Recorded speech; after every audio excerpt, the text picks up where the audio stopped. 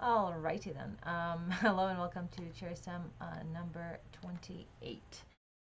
We're talking about lots of awesome, interesting things, including recent news and events. And I would like to point your attention for just a moment to patreon.com/AnnaCherry. Check out the tiers and the rewards that accompany them. I particularly recommend Challenger Mode for supporters of this podcast.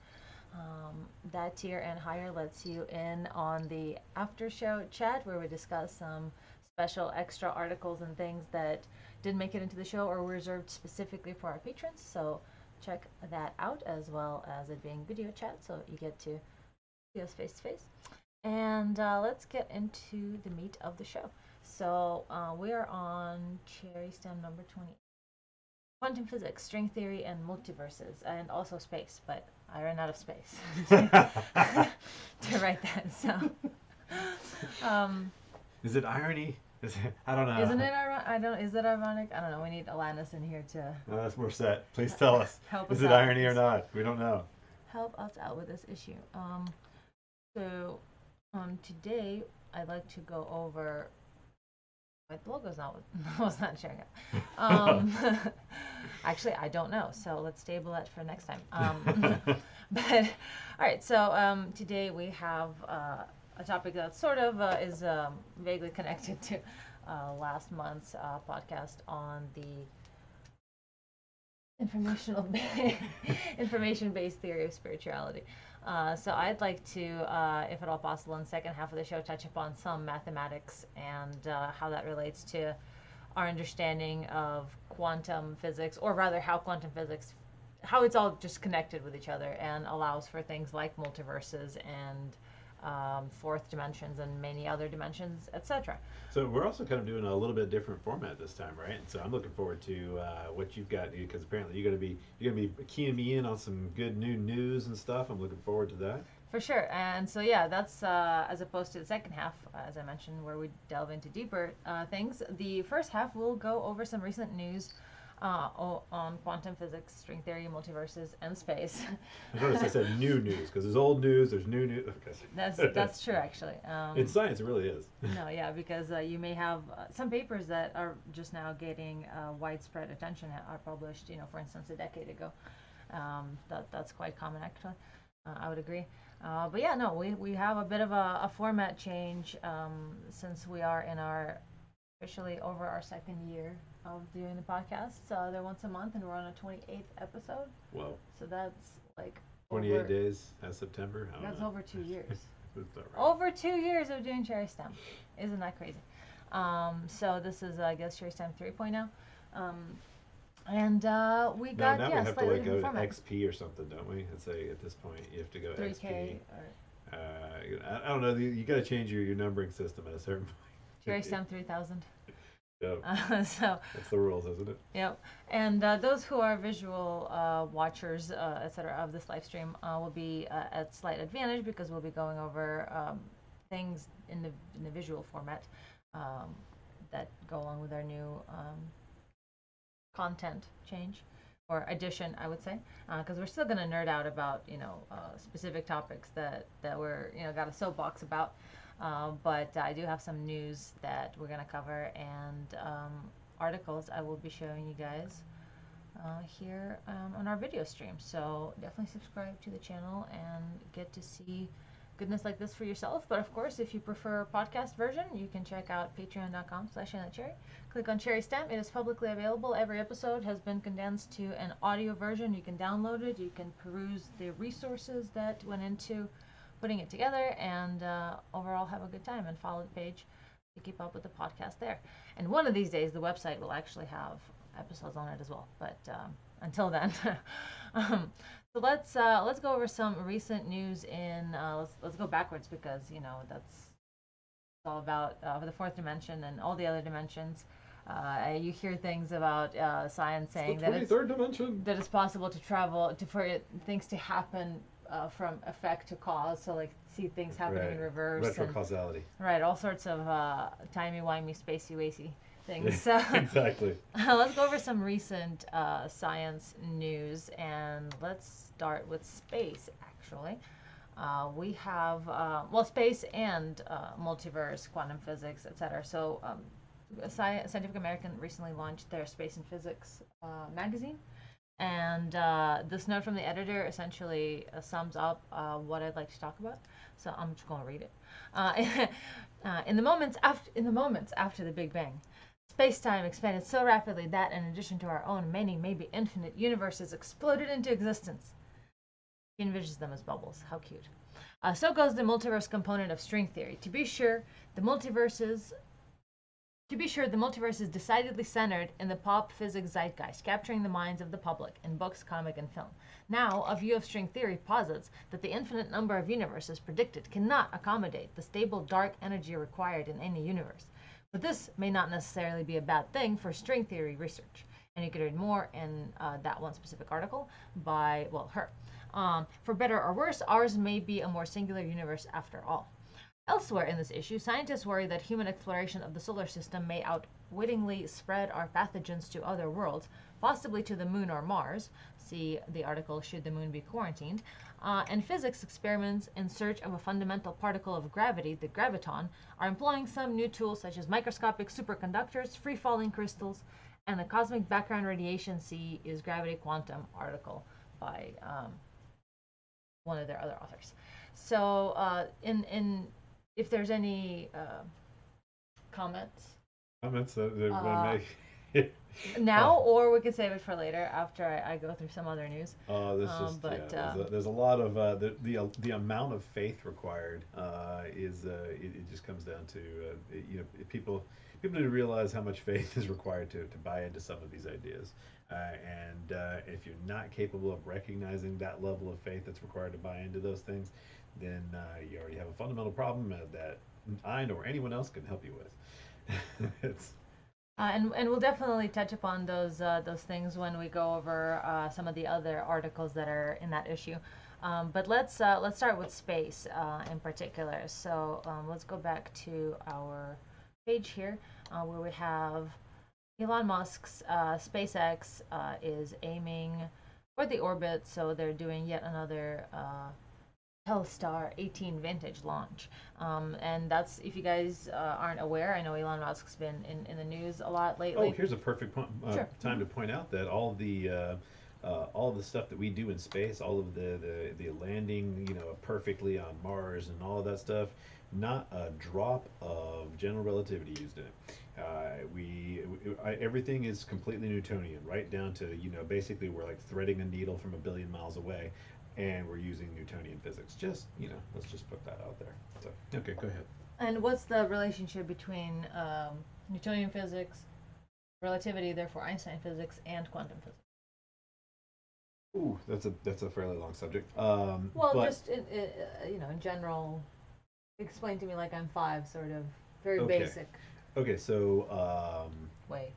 let's see. Let's try to take that question apart because I started going off in a lot of different directions as soon as you started mentioning because it touches on a lot of different things. But so let's first talk about the difference between Because essentially you're saying that Newtonian physics and right. So okay, essentially, what you just said is that Einstein relativity physics are not at all ever used, necessary, at all thought of when going to space. right.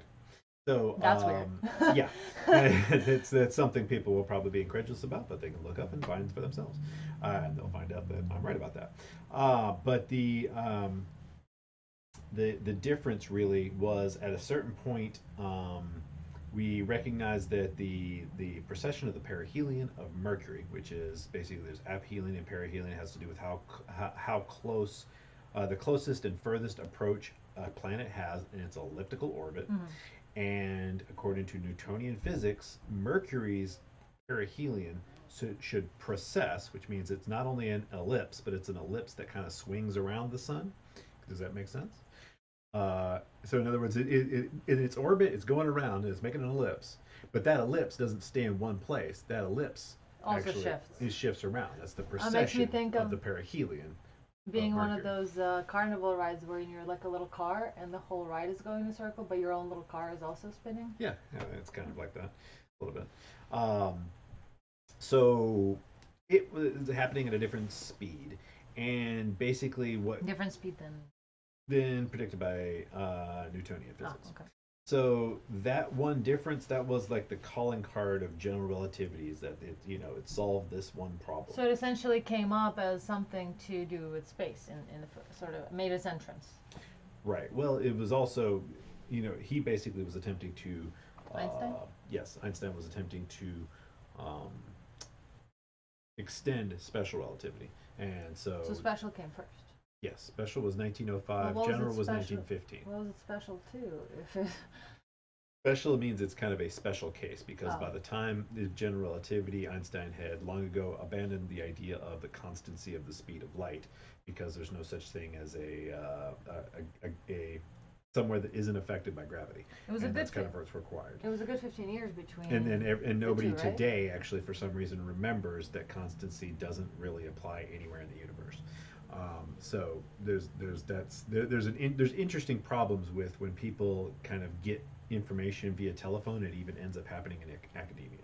But Well, if so those fake peer-reviewed studies are any indication, oh yeah, it definitely happens in academia. definitely happens in academia. But I mean, so That's a special case now, I think. just because a system is imperfect doesn't mean it's completely garbage. True. But then again, just because it seems like a really good system doesn't mean it isn't completely garbage. So anyway, the so that's where general relativity kind of got its thing, and then. But here's the problem with that is that so that's the only thing it really gave us is that he was shoot. A lot of people think that it just fell out of the way that he was doing it. That's it. It's just he made general relativity from the greatness of his genius, and poof, it matched up with perihelion and Mercury. That is a complete fabrication, an utter lie, and anybody even remotely versed in the history of the theory knows that there's tons and tons of evidence that he was specifically shooting for the development of a theory which would predict the perihelion of Mercury. So it was, and anybody who was developing a gravitational theory at that time would be insane if they didn't make sure that their theory aligned with this information. So anyway, that was its ability to predict it. Of course, comes from the fact that he was changing the numbers in a way to make sure that it would predict it. So that was the one advantage that it gave us. Then we looked out into the universe with our telescopes, and we found that using this thing that predicts better than Newtonian, that we still have this gargantuan problem with the way that galaxies rotate. They rotate much faster than they should. Is it faster? I might have confused whether it was faster or slower, but the rotation rates are entirely It's different. different.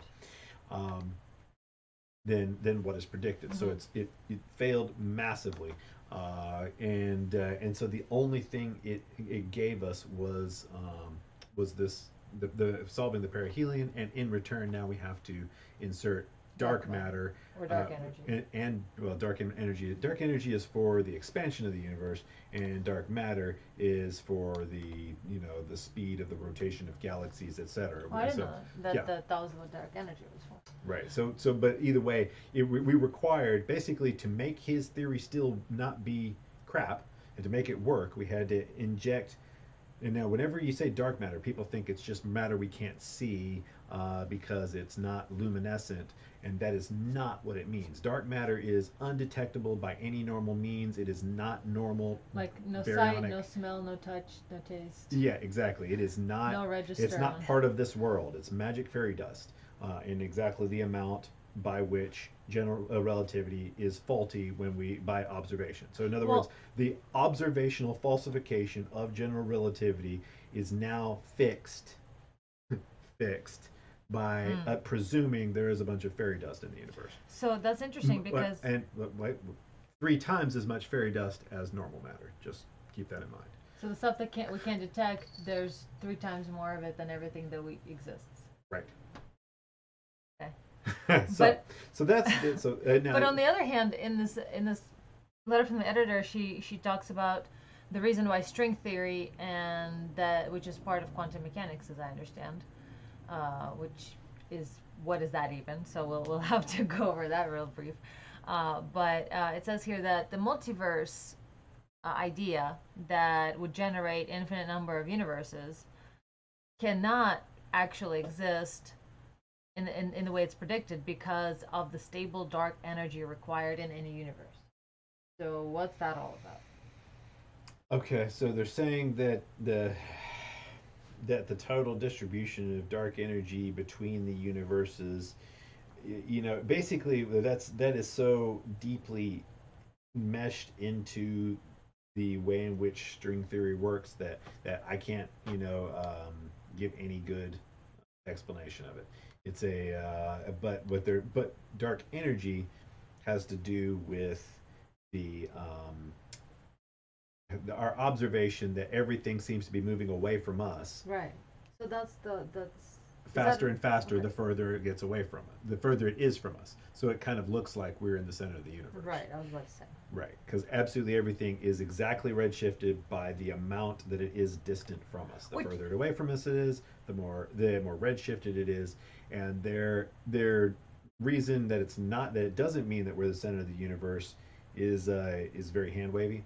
well, Um, the redshift thing, that's just interesting. So that's something I haven't considered until learning more about physics is that light and color, like rainbows and like the color of the sunset and things, or color of the planets, etc., has to do with their motion, and that their motion through space somehow alters color around them. What is that all about?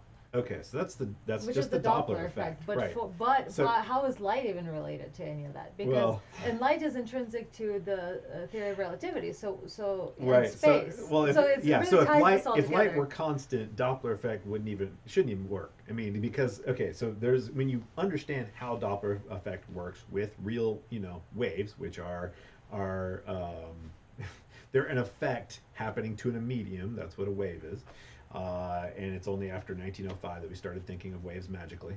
Um, but And by when, magically, you mean without a medium, in other words, they just exist. They just do. by themselves. Right, and they can exist in different. A single wave front can be in different places based on, whoever is observing it. And so there's That's a, like so it's like so the whole world becomes solipsistic that's based another upon thing. I've special relativity. looking into quantum mechanics. When you type it in, some of the first videos on YouTube that come out have to do with observer creating reality or consciousness creating reality. So that seems to be very much at heart of what you're saying. That Yeah, not that only is comes it in as well. That's right, because of certain things with constancy, which, like I said, now every problem, the relativity itself, the well, we have to make sure that we point out here the mathematics of relativity refer to something that is very much real. I do not doubt that certain parts of specifically time dilation, the length contraction, those things are very real, and I can explain in terms that have to do with fluid mechanics, have to do with very mechanical interactions that you can understand completely intuitively. Nothing, you don't have to accept anything. You can see the way the mechanics, you can predict the way that the mechanics would unfold. All of those things work in Lorentz's theory specifically because Lorentz had constancy as completely just an illusion. and And later on, like I said, just for more information on that, refer to our last month's podcast where we right, did a yes, whole explanation of that. right, okay. So, um, where should we continue forward from here? Well, we can go back to the essentially the news because we had the thing here of Elon Musk and the company launching lots of rockets. Essentially, the graph I there feel like is we left something undone here, though. well, we're talking about the Newtonian physics and Einstein physics and then the Oh Doppler yeah. Well, effect the and one yeah. final thing to point out, though, Mm-hmm. however, is Newtonian physics also do not appropriately predict the rotation rates of galaxies either. So there is definitely something going on additional. So And it's just that's something important to going point on out. is where they tried to plug the whole leak with the dark matter and dark energy. Right. Right. So there's definitely something going on that neither general relativity nor Newtonian physics appropriately accounts for. Now, I What would was new immediately in it? say, of course, ether theory accounts for it, duh. But but we won't go there. It's that's such a long conversation. It's we can do that a different time. All right. Or we have done that a different time. So. Exactly. Um, so yeah, definitely refer to our other work on more of that, and the Patreon links are in the low bar down below.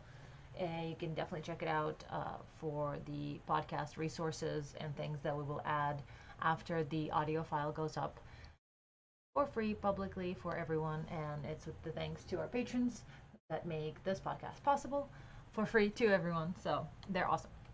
And you may want to join them. Now back to the space thing. That was just really interesting that you mentioned we don't actually use Einstein type relativity physics, which then my understanding is that led to quantum physics. It's all sort of built It did. A on. lot of people don't realize that special relativity leads to quantum mechanics because of how the fourth dimension is treated. So on that, I do wonder if I can do a thing, because and we got some more space news about Mars and SETI, but you did mention fourth dimension, and I found maybe this video would be interesting to watch here real quick. While we can't really grasp the concept of nothingness, we can describe it with mathematics. Roll film, please. Good. And make sure that, yep. That would be actually handy if you guys. Well, let's try that again. While we can't really grasp the concept of nothingness, we can describe it with mathematics. Roll film, please. Okay, don't panic. This won't be complicated, and I'll do it real quick. Can I get some background music?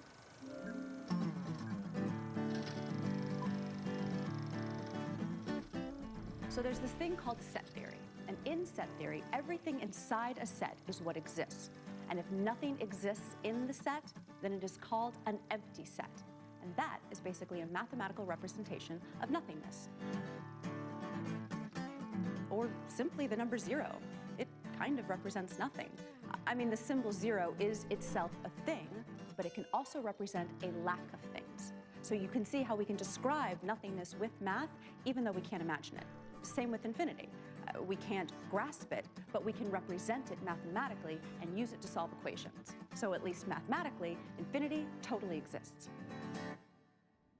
So, why am I telling you all this? Because another one of the concepts that we have a lot of trouble grasping, even though mathematically it is not only describable, but actually well understood, is dimensions higher than the third dimension. So, you see the square? It has an x-axis and a y-axis. When it has height added to it, it becomes a three-dimensional cube. It basically grows a z-axis. Okay, that makes sense. A cube is a 3D version of a square. But here's some weirdness, my friends. Okay, listen carefully and just like flow with me. So, you can grow another access to a 3D cube and get a 4-dimensional cube. Just like flow with me, flow with me.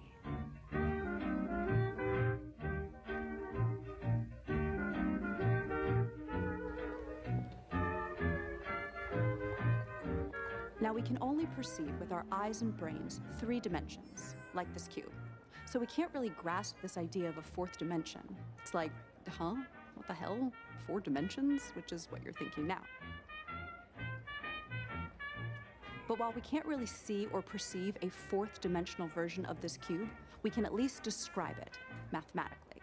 So just like this is a 2D representation of a 3D cube, here's a 2-dimensional representation of a 4D cube. There's also a 5D cube, a 6D cube, a 100D cube, and so on. And not just cubes. All shapes have higher dimensional counterparts. Theoretically, there are endless dimensions, and while we can't see any of them, we can describe them using mathematics. Ugh, come on. Ugh. Every time I update this operating system.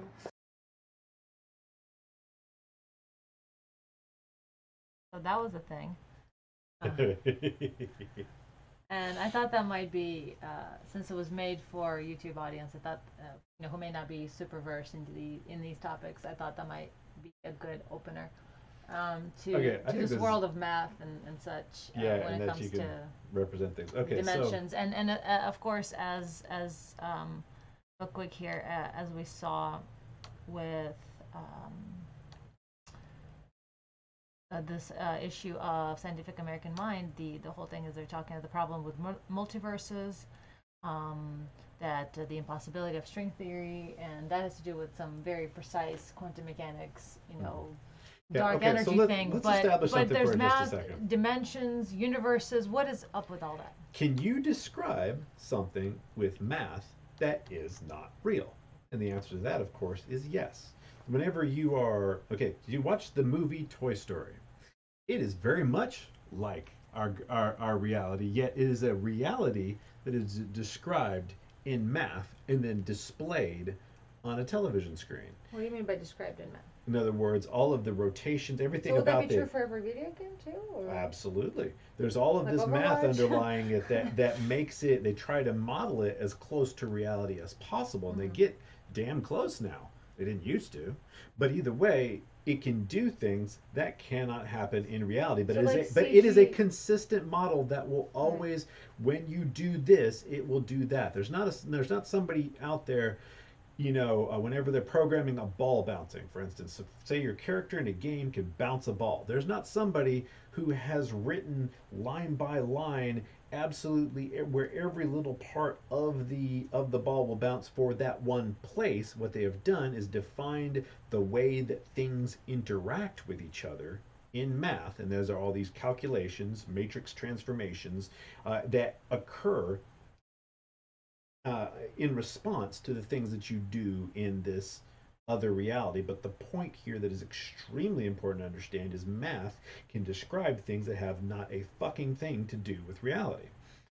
So when we talk about additional dimensions, there are ways we use math that are just to store information and associate it.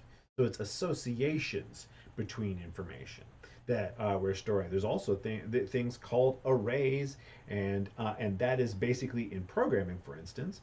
What you're doing when you have a multi-dimensional array is you're just storing information and having it associated with other information. So if I want a box of boxes and I want a box of boxes, then and it's basically like she was saying, sets. If I want a set of sets, then I can talk about something for you to drill down into to find information going through each one of these different dimensions. But they are just a way of associating data. It does not have any impact on reality simply because it can be represented mathematically. So it'd be fair to say that they exist only mathematically Absolutely. as tools. It is a tool. Now, I mean, of course, people are going to argue that it is, but let's go back to one of our first times that we ever decided that reality had more than three dimensions. Now, dimensions are a way to describe was reality. Was that supposed to be time? Yes, the fourth dimension was first used by Lorentz when he was describing the way. So Lorentz was attempting to describe what the hell was happening with the Michelson-Morley experiment. Right. Now, before him, it was actually first described by Larmor. But then Lorentz wanted to take it and make it more generally applicable, where you could use it as a formula to put in any situation, and you'd come out with the right results. And what Lorentz's formula does is it accounts for your clock being screwed up. Okay, and I say screwed up because there is this is what you have to understand about the classical view of a fourth dimension, which is a way of storing your screwed up perception of time, versus Minkowski's version of a fourth dimension that actually came after Lorentz. I mean, after Einstein in 1907. That's when we had space and time conjoined into one thing, which is basically making reality four dimensional instead of keeping up with reality with a four dimensional structure and keeping up with people's faulty ideas versus making it where, and here's the thing. So if you've got a 3D reality, if you add a fourth dimension, just like she was showing that it's like, okay, basically if you have 2D, by adding another dimension, that means you can have infinite sheets of paper. If we used to think of a 2D thing as a sheet of paper, being 3D means you can have any number, n number of 2D sheets, and that is 3D. So the same thing in with 4D is that you can have n number, any number of 3D universes. And the way that Einstein and then Minkowski specifically is Yeah, doing never it is heard of that him. well, it's actually where space time came from. It didn't come directly from That's Einstein's interesting. 1905, and Einstein even talked about. He said, "Now that the mathematicians have gotten a hold of the theory of relativity, I don't recognize it myself." He specifically said this about Minkowski's space time concept from 1907, which was a couple years Well, after. what about the space-time concept, or rather the famous sci-fi concept that essentially seems to be requiring space-time is that wormholes come from space-time, right? Because time is folded, and Right. also time travel, right? Isn't that Right. all? That all Where'd comes that all from come from?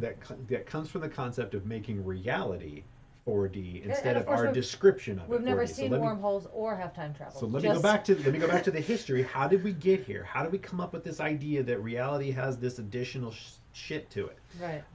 The way we got here is because of Lamar and Lorentz trying to model what is occurring to somebody traveling through ether. Okay. Okay, and that is what they were doing, and Einstein imported Lorentz's work directly without altering Well, it. wasn't it used to also be called Einstein-Lorentz? Yes, it used to be Ether called theory? or Relativity? Lorentz Einstein relativity. Right. Either way, it was Lorentz's work that was one part of it that Einstein calls the kinematical part, and then he talks about his part, which is the electrodynamical part. Okay. And so that's what Einstein actually did. Is he took Lorentz's kinematics, which means the way shit moves, Okay. and added the electrodynamics, which means how electromagnetism works inside that model motion. of motion. Okay. Okay, so that is what special relativity is, and that is what Einstein was And that doing. was the So, first but thing he he ever was did. accepting. Yes, that's the first paper, 1905, on the electrodynamics of moving bodies. Okay. And so, but before that, he took the work directly from Lorentz on kinematics and imported it, and then he was using that as a basis. Right. But what Lorentz's kinematics were was Right. a description of how ether would impact an experiment traveling through ether. Okay. Okay, that is what he was describing because that was how they come up with a solution to the Michelson-Morley experiment. So then, why isn't special relativity used for space travel? If it, fluid motion. What you through mean general ether? relativity? Any relativity. Because it's because it's such a tiny difference that it's not within experimental error. In other words, the error of your instruments and all of those sorts of things that you have to account for, and you have to kind of loosely do all these corrections for, and constantly be correcting and rereading and taking averages, and and using probability. All of those things, Right. those are larger than the effect that it would have on your navigation. Okay. So that's the main reason why we don't need to use it, because we just theoretically at this point, if you wanted to support relativity, you would say, well, it's just because our instrumentation is not fine enough, and if our instrumentation was perfect, then we would still have to account for it. So that is that side of it. But Okay. let's go back to why do we have this idea of tons of dimensions, and Right. why did we decide reality is completely different than makes any sense? Where did that idea come from? And it came specifically from this translation from one person's theory to the other, from Lorentz to Einstein, and then specifically because of Minkowski's Right. translation of Einstein's translation of Lorentz's kinematics. So it's Which playing were, telephone. Is which what's happening. also were in response to Michelson-Morley. That wasn't quite Right. the Well, way it seemed. exactly.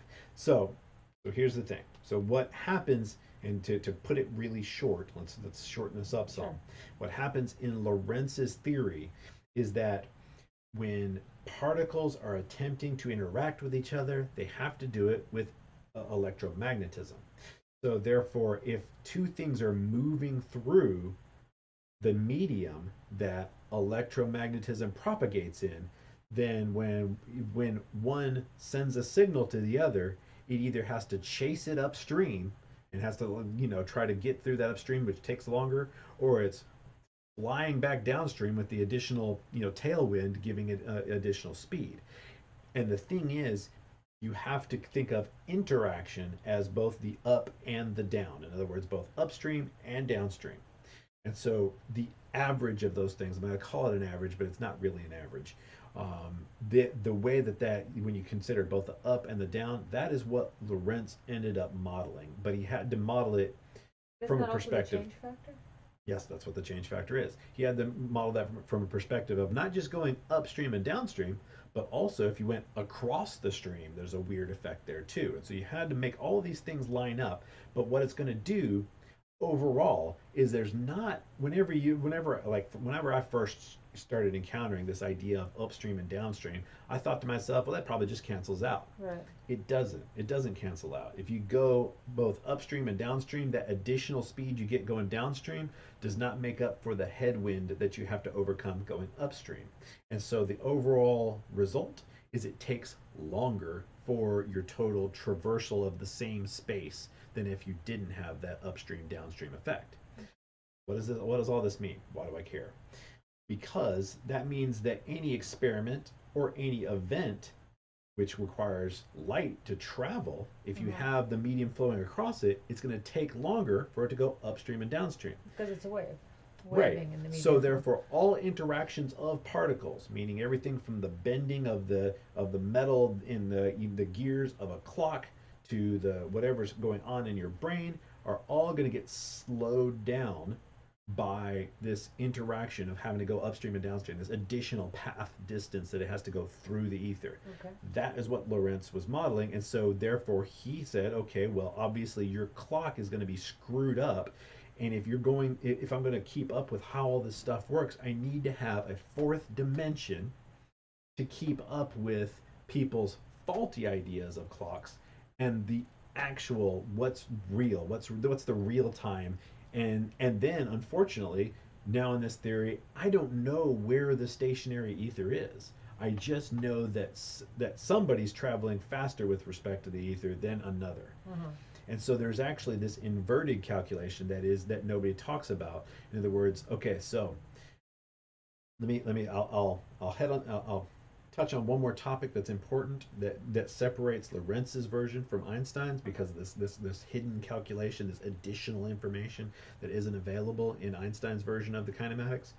And that is, when we think about the twins paradox, we say, okay, as a twin goes away and comes back, theoretically he should have aged slower, and when he comes back, he should be younger than his twin that stayed on Earth. And everybody says, with the paradox, well, how do we know which one stayed, which one went? There's all this argumentation about a bunch of crap that doesn't really matter right now. But in Lorentz's version of it, versus the one that we're taught today, each person sees the other as aging slower, and then somehow via some a mental acrobatics, we come to some decision about which one actually did age more than the other. But always the other pick one. But the other is always aging fast. Each of you say, I'm faster than you, and you're both correct. Of course, that's a paradox, but according to relativity, the paradox is always correct. That's according to our interpretation of it. However, Lorentz's idea, which you still would have this aging effect, one of them sees the other as slower, while the other sees the twin as faster. So one twin is looking back and saying, you're aging slower, and one twin is looking at his twin and saying, you're aging faster, which makes sense. Right. That is the basis. And now it's the same math, exact same math, okay? But it's just the interpretation that we have been taught today that makes it where we've got all this weirdness we're supposed to accept. And then we make up for all the weirdness by deciding that instead of the fourth dimension being faulty clocks, it's additional realities. Right. There's infinite additional realities present in a single moment, and they can be in conflict with each other. Well, that is what is In other words, it is What do you based mean in upon your conflict? perspective. In other words, the idea. Okay, so all of these additional versions of reality that exist in one moment because of a fourth dimension, in the way that we use a fourth dimension now because of Minkowski, as opposed to the way that Lorentz was using it, which is Right. completely different. Same math, completely different interpretation of what it means.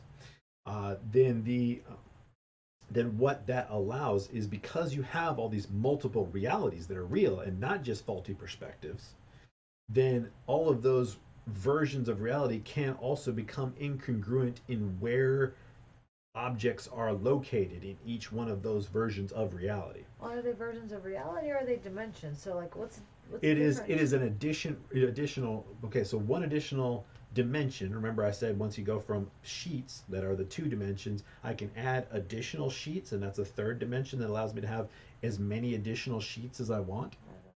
So a sheet of paper is two dimensional. Let's think of it. It's not really two dimensional, but for this discussion, we're going to say it's a sheet is like a two dimensional figure. So then, if I add a third dimension, well, let me start over. So let's start at a first dimension. You can have a point, but then I can have additional points, and I can refer to any one of those points along a line, and that gives me one dimension. Right. Now, two dimensions allows me to have as many of those lines as I want, because I can go Stacked up on top of each other to form a square. Right, And but it's an infinitely large square. I Right. can have as many of them. I can go as far as I want along the x-axis, and I can go as far as I want along the y-axis. And now, once I add another dimension, now I can go as Right. far as I want along the And it z-axis. still stays three-dimensional. And it's three dimensional. Right. So by adding a fourth dimension, you can go as far as you want along the t dimension. But the thing is, But isn't that makes sense to us all right off the bat, right? Right. Time, oh yeah, time goes forward, but no, that's as far as you want along the t dimension for one single moment of time. In other words, there's each progressive moment after that, which is also four So dimensional. it's infinity. Right. So there are infinite 3D realities for each moment, and then each moment progresses, and that one is also four dimensional, meaning there are infinite 3D realities within that one moment. So this is it's part of what was called the relativity of simultaneity, and that means that events that are simultaneous for one person are not simultaneous for another, because basically their 3D universe is different from, well, one person's 3D universe is not the same as the other person's 3D universe. All of these things come from interpretation. Okay, there is not a mathematical reason to do this. There is an interpretational reason to have additional realities. Okay, it's the same math that Lorentz was using, yet we have interpreted it differently, because of, first Einstein said, well, you don't really need to think about the ether because it's not really valuable. And then Minkowski said, well, here's a convention that makes the idea of constancy an absolute fact of reality. And for constancy, the constancy of light, which I said before, Einstein abandoned and talked about it numerous times, over and over and over, that it is no longer a valid concept, is what Minkowski then created. He codified it into a where he made reality capable of handling constancy, because you cannot handle the idea of constancy without breaking reality into billions of pieces, which can be incongruent with each other, and having the relativity of simultaneity. So the necessity of having additional dimensions entirely comes from Minkowski's interpretation of Einstein's interpretation of Lorentz's work. Well then, it is like a game of telephone. Yes. And so, of course, as I said earlier, we haven't discovered any wormholes or traveled through time, so it doesn't seem like Minkowski's theories are all that useful for space travel. Why is it that we think that we can bend time and bend reality and all that stuff? Because when you think about it, it's like, okay, if you think about a 2D reality, which is just flat, then the way I can make one part of a 2D reality fit with another part is I can take it, let's pretend it's a sheet of paper, I can just roll it up on itself, right? Bend it. Right. And so therefore, anytime you embed one dimension with a higher dimension, you can have one set of information that is associated in a certain way be transformed into another set of associations within that higher dimensional structure. So basically, what a four-dimensional structure is it's a way of associating data, and you can change those associations such that a 3D reality can cut through the 4D, the additional, all those realities, you can cut through them in a weird way. So in other words, you're taking a slice. Okay, so remember how I said that you can have infinite 3D realities? Well, each one of them is just a slightly different.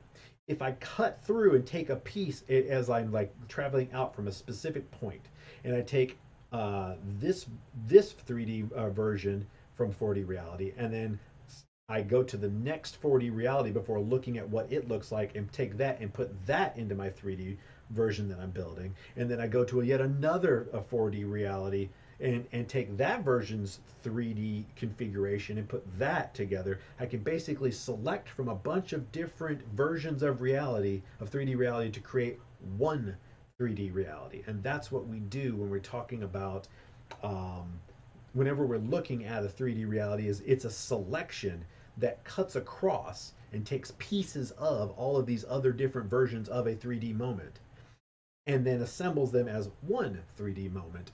And so it's a slice of it. But the point is that for it to be a slice of it, all of the other ones have to exist, especially if you can take any slice you like, which is what is implied by Minkowski spacetime and our interpretation.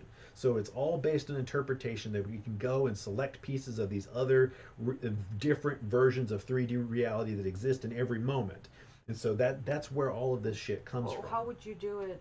Is it That's intentional mathematically. or? No, that's, yeah, I mean, they don't realize exactly what they're doing because mathematics is abstracted. It's just like when you're doing programming. I don't know how to access hardware directly. I've never fucking done it, but I have accessed hardware directly billions of times in my programs because I know how to use the tools. And so I don't know exactly what the tools are doing. I know how to use the tools, and that's what mathematicians do all the time. Is they use tools, and the same thing is true of physicists. They use tools that are built on tools that are built on tools, and it's something you have to do. You have to basically believe in the tool without understanding it to go to the next level of building shit. If I spent all my time figuring out exactly how electronics work and how all of those things, I would have never been able to do any programming. I had to just accept that everybody else was doing their job and I relied on them, and that's how I was able to move forward and make programs. So it's a necessity of building complex things that you have faith in those who came before you. So therefore, the people who use these ideas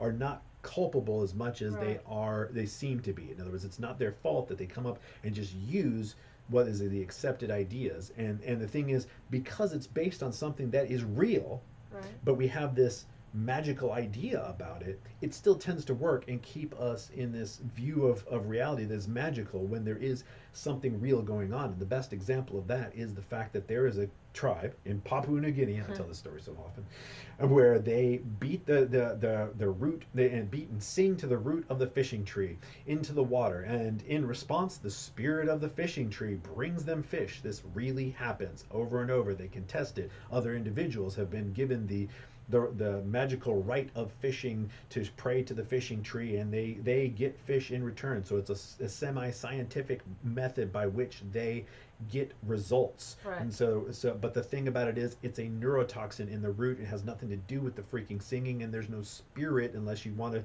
abstractly think Right. of the neurotoxin as a spirit. But the truth of the matter is, the ability for them to have success with a lesser model of reality makes them believe that their version of reality is absolutely irrefutable.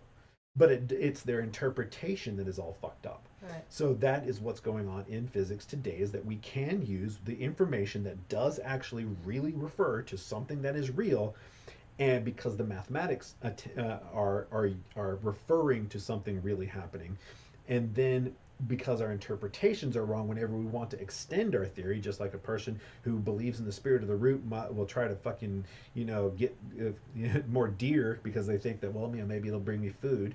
That's not going to help them, though. They're not going to be able to extend their theory. It's not extensible anymore because their belief set doesn't really match reality. And the same thing, of course, is happening in physics because our fundamental beliefs about reality are magical. So, wouldn't you say that it would be a good time to quote Schrodinger, who said that there's a difference between a shaky or out of focus lens, and pictures of fog banks. Yes, that's what he was saying about the cat experiment. And the funny thing is, I just recently read something where they quoted him as saying there's no real contradiction in the fact that the cat is both dead and alive. And what he means by this is not that there's no contradiction in the cat being both dead and alive. What he meant by it was to say that when we're using probability and we're examining all these possibilities, since we don't have the actual information available to us, there's no problem with our mathematics representing both possibilities simultaneously, because that's the best information we have, that it's probable to be this or probable to be that, and both of those have to be represented in the math, but they're not there in reality. And that's what he was saying, and that's what they missed, is that he was saying yes, but they're not there in reality.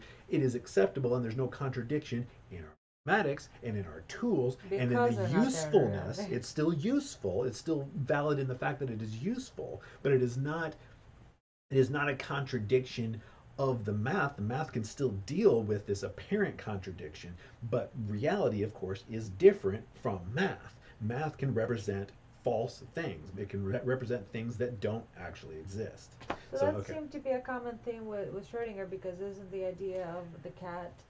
Yes, it's always cited as like some sort of a proof that reality is crazy and weird, and in fact he was mocking the idea that reality is crazy and weird. He was specifically trying to point out to people, you're crazy. No, there's a difference between our tools and what it represents. And what it represents is something so complex that we absolutely have to use probability to deal with it, because it's too complex to deal with any other way. And so our tools are always going to have this ambiguity in them that we cannot get past. We can't get past this ambiguity in the tool.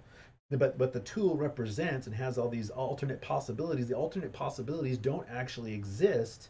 They're just part of the tools of attempt to exactly to attempt to deal with all the possibilities and give us the one that is best going to fit what's really happening in reality. So yeah, on that note, what is the difference between dimensions and multiverses, though? Because we're talking about infinite multiverses, infinite dimensions. What's that all about? Okay, so they've made a distinction between dimensions and multiverses, right. And that is, so the first idea of multiple realities. Now, a lot of people are going to say the way that I'm describing time, that's just not right. But if you look into block universe and things of that nature, it is what is consequential. And they'll talk about, well, there's time-like, and then there's space-like, and what? Time is this. It's kind of a dimension that's got space-like properties. It's hand-wavy as shit, is what it is. And when you try to track them down, you end up finding out that all they have is hand-waving. So the difference, however, between multiverses and dimensions is that since we now believe that reality has all these dimensions, right, which will pretend are not additional realities, but just aspects of this one reality, right, well, then since we're using that to describe things that we see within our one world, we then need to posit that there are additional worlds that have that many dimensions that are also so in other words, our one reality, which has all these, which are basically the ability to represent reality in all of these different ways simultaneously, you take that as a set, as a group, and multiply that times infinity, and then you have the many worlds. What now? So in other words, so it's sets of sets. So it's basically multiverse then allows an additional set of sets. Just makes me think of a snowflake. It just Kind keeps growing. Yes, as they keep having, and what happens is anytime you have a conflict, any kind of conflict that you have in your mathematics, you can solve by adding a dimension or adding a universe. And therefore you can represent conflicting things and conflicting realities. Anytime you have a conflict, all you have to do is add another dimension. And that's why you can have 23 different dimensions. And you can have, because you just reassociate the information in any way you like, and you can keep, and all you got to do is add another dimension every time you have a problem. And eventually, if you add enough dimensions, you'll overcome your problems, and the model will work as you twist it in knots throughout the through these methods that don't represent anything in reality. But the thing is, there are some crossovers with reality. Right. So one of the ways that we use multi-dimensional tools to represent reality is in fluid dynamics. So Right. whenever Why is that necessary? Why do we need the because when you're two trying to look dimensions? at okay, so you've got when you picture a fluid and let's say that every point in it has equally mixed little dots and you can see them all as this little grid. Well, at any moment you can twist that grid, okay, and have this twist that happens with fluids where it's like a rotation inside it, and So like now a whirlpool in the right, ocean. and now let's freeze it with this slight twist to it, and now we still want to look at it in our three dimensions that have an x and y and z axis in our basic idea of reality. Right. But then we also want to look at our regular untwisted perspective from the twisted To perspective, and we compare want to them be able to or compare them, right? okay. So the twisted perspective still has, it's been transformed in a certain way. It has this twist to it that can look at reality kind of through a twisted lens. Well, yeah, because it's been twisted, it's no longer the same as it was before. Therefore, it's a different dimension of the same Right, so reality. therefore you Okay. can use additional dimensions to represent these things that are twists and rotations and things like that.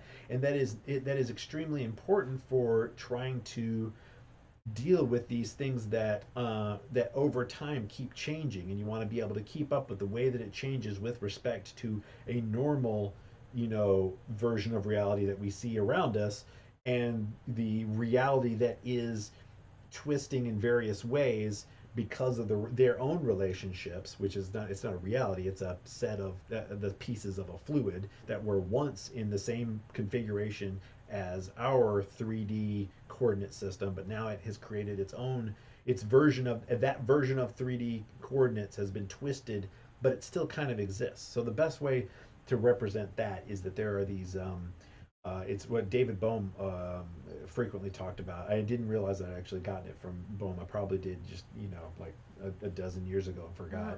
forgot. But there is this experiment where you take two cylinders and you have a glycerin in between them, and you put dots of insoluble ink in it, and then you twist it, and those dots become mixed. Okay, but the thing is, all you have to do is untwist it, and the dots become unmixed. They're dots again. And what's interesting about this is I can twist it, put a dot in, twist it, put a dot in, twist it, put a dot in, and twist it some more, and the whole thing will look all mixed. But then if I unwind it, the dot will appear repeatedly. You'll see each one of those dots appear. So each one of them have a twisted perspective to the others, but their perspective, their version still exists. So you need multi-dimensional mathematics To to be explain able to reality. deal with keeping up with all of that shit. Okay. But it doesn't mean that reality, that there's additional 3D realities around us. It just means that we need this tool to represent these various perspectives on the same Well, 3D reality. it really is through time. So I don't see why fourth dimension isn't just well, I guess space time. I Because can there's see two why it could be different ways called in that. which you can see it as, in other words, if we use time the way that Lorentz was doing it, there's a faulty, screwed up perspective, Right. and then there is the real perspective, and Well, time continues forward, period, and our measure of time is just dependent on how our relationship with that which determines time, which is change. So in other words, as things are going to change faster in a with any kind of material that is still with wherever the ether happens to be still. But if the ether happens to be a crazy bunch of vortexes and stuff going all over the place, then that by itself becomes, you can't put a little paddle wheel in the water of the ocean and expect to navigate to the other to any far shore across the ocean, because right. it has all of its currents and eddies and all of these things happening. And the same thing would be true of trying to keep up with time in when looking at the ether, is that you can't treat the ether as a grid if it happens to also be moving around, etc. And so that was, but so Lorentz of course knew that you can't just say there is this one version of time, but you have to instead say, okay, well, if changes are mediated by properties of a medium that, determines how fast um, electromagnetic interactions occur, then that medium is going to be different from place to place. So being still with the medium would be that would be the fastest, that things would occur. Right. But how are you going to know where you are in that medium if it's all over the freaking place?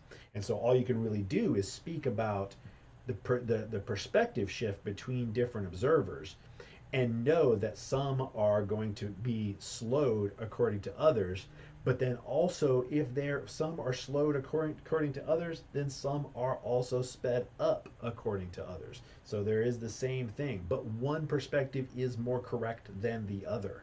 There is not both perspectives of my time is faster, no, your time is And faster, so that would or be the no, difference between Lorentz and the Einstein. absolutely same math, more information available. There's more information available that is discarded when you get rid of the ether and start believing waves are magic and can exist on their own.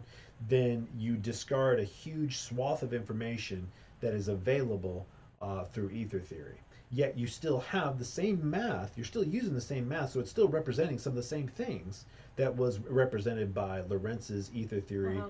Lorentz and Poincare specifically, or Poincaré. He's the one who did the Right. electromagnetism part of Lorentz's kinematics better. So he than was a Lorentz better did. Einstein. And he did it better than Einstein. He was actually the first to come up with E equals mc squared as well. Um, Right. but the point is that that time is just a measure of change instead of some sort of additional realities. Right. It is just and so your time can be a little screwed up because you're not perfectly stationary with the ether that's flailing all over the place. And so you will have time differences, and basically the average, if you're moving through, even if there are various currents on the ocean, we can still talk about the number of knots or whatever Right. that that a boat is going through the ocean. We still can. There's general average speeds that are useful because we got these Right. fixed locations called the continents, and so we can still use that even though the speed in the water may be different from one or the other. We end up coming up with these averages that tell us, and so the same thing would be true of navigating through space. There would be kind of an average difference in your aging that would occur because of the additional distance light or interaction would have to travel because of the flow of things, the flow of ether across your particles or whatever. So all of these things, this is a rational, you have a rational deterministic method by which all of these things occur, and the same thing is true of quantum mechanics as well, because then this transfers to, and I've got a great, we should definitely put in the low bar this Yeah. recent, I recently found a great And of course, interview of David Bohm, and where he describes things in almost exactly the same way that I describe things. I don't think I've ever seen this before, but he describes basically the idea of particles as vortices. oh nice. And so Bohmian mechanics, it really only shines when you start to understand a fluid mechanical version of space, which so you have to back all the way up to Lorentz before you start exploring Bohm. David Bohm, which is the de Broglie-Bohm or pilot wave theory, and that is still deterministic. And we basically all of the magical ideas in um, in current physics can be thrown away for deterministic chaos, which is basically it's so complex we can't use mathematical tools to represent it properly because we could never have all the information about every particle in the universe at any given time, which is required for you to be able to predict things properly. That's deterministic chaos. So it's determinate, but it's so chaotic we can't deal with it except through probability. And then we would use that as a way of we would understand that there's stuff going on kind of under the surface that we can't get at as easily, but that will allow us to change our perspective. Now it's this, once again, the mathematics don't change. It's a perspective that allows you to extend your theory that we're talking about here. Interpretation is what we're talking about, and interpretation changes the way that you extend your theories. And so that is the point that we're at. That's part of the reason why Bohmian mechanics have started to come to the fore again, is pilot wave theory and the Coude oil drop, Walker experiments.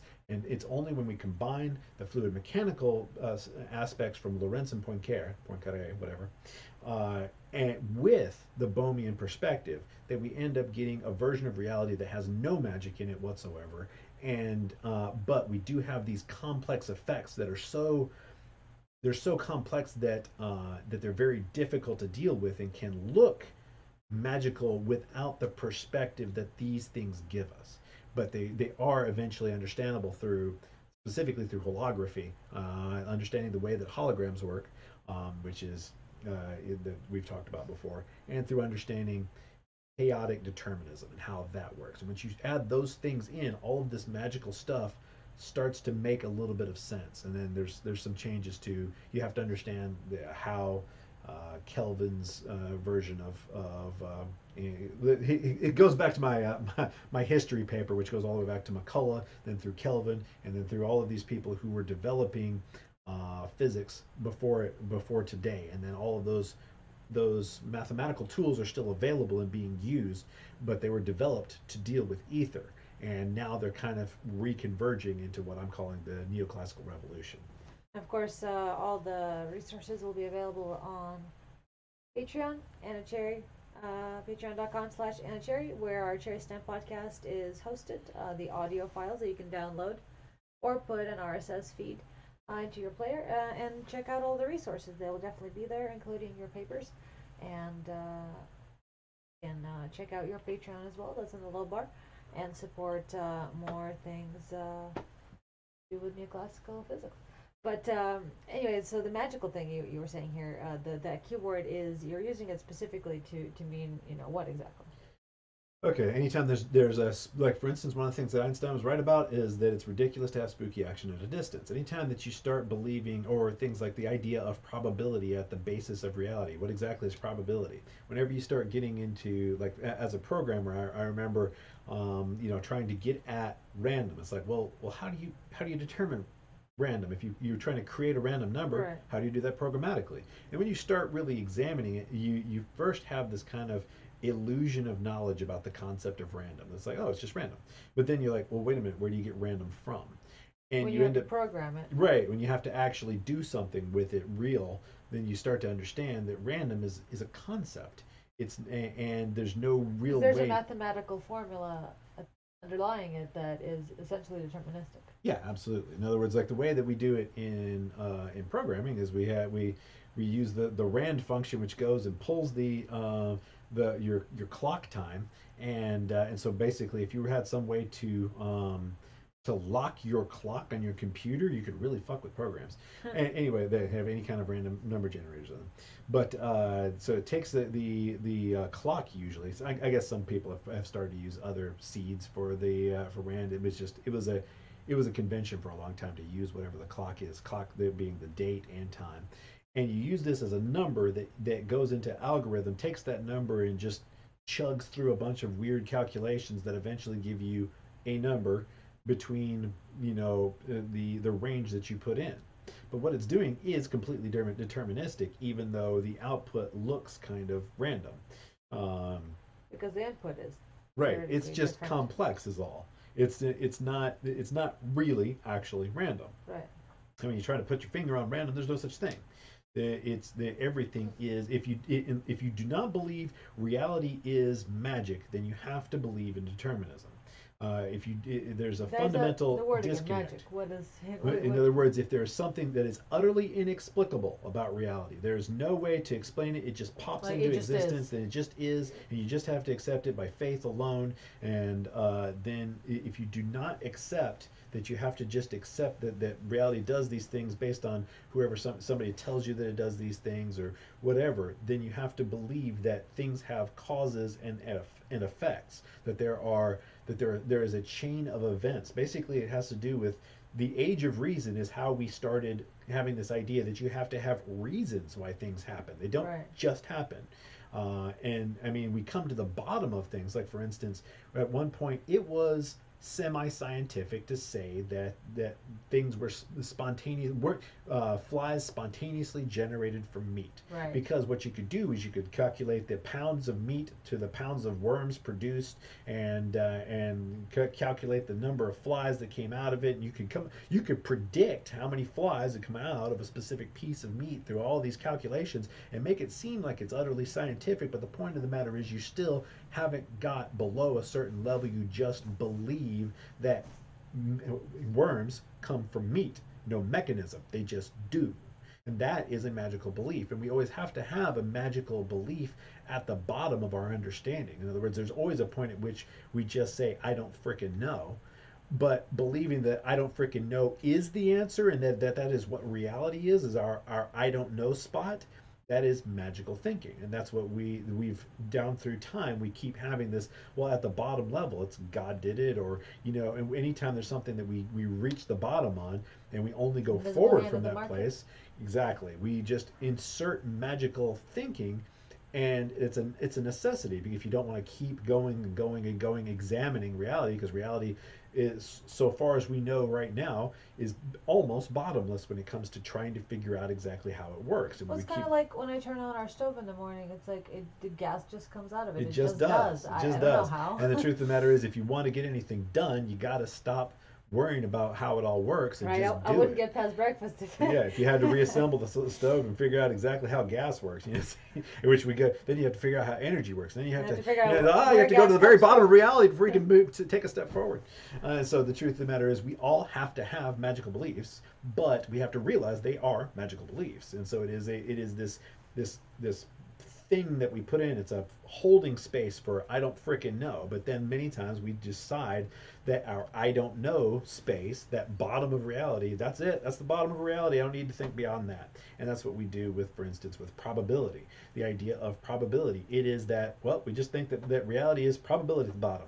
But then when you think that through, it makes no damned sense at all, and you end up with conflicts, which was actually what I was writing an article on today, which was there's this recent thing. Should I go ahead and just go on to that? Yeah, Okay. sure. So we're talking about quantum physics, and essentially you would file a lot of what, like, string theory and multiverse and multidimension under magical thinking. Yes, but it's based on mathematics that are useful, is the thing. Right. So it's a mix. That's just a like real that. takeaway there. Just like the what's it called? The idea that the spirit of the root, Right. the spirit of the fishing tree fishes for them. There's kind of a little bit of truth in there, and it's useful, but it doesn't mean it actually is an accurate reflection of reality. That's an example of using an Occam's razor to detriment. Right. The simpler explanation is The simpler the wrong explanation one. is for simpletons. yes, right. Well, and also Ouch. it's for times that you want to just move forward. So the article that I saw Right. that is that's popping up, that's kind of new news. So we did mention Schrodinger, and how he essentially talked about foggy bank picture versus foggy lens. So essentially using or bringing up the idea of misapplied math. Right, thinking that the tool and what it represents are the same thing, was basically pointed out by all of the greats in quantum mechanics, even Heisenberg. I've got a quote somewhere I'll have to use, but that I don't remember the exact quote. But over and over, they're trying to point out that what we use to represent reality and reality itself are not the same thing. They're two different things. And so, and which brings us to our article headline that I was looking at. That there's multiple headlines around this thought experiment, and one of the headlines was a new Schrodinger's cat experiment breaks reality. Now, what they're talking about is, well, just real quick, a side note on that I wish I could pull up the actual article to share its headline.